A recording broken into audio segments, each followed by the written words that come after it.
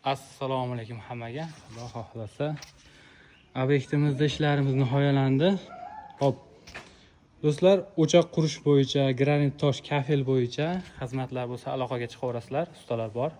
Granit tosh kafellarni o'zimiz qo'yib beramiz. O'chog'imizda ham ustakamiz bor, chiroyli qilib o'zlari qilib beradi. Xo'sh, padrashka g'ish bo'lsa g'ish fasonda и cho'rnovoy holatda desalar, cho'rnovoy holatda ham bitirib berishaveradi.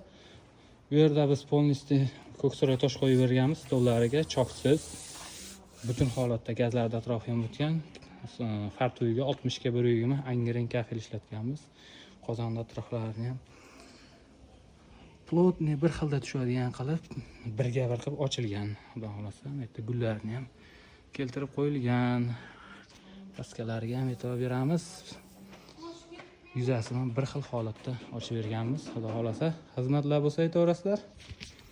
Salomat bo'lasizlar.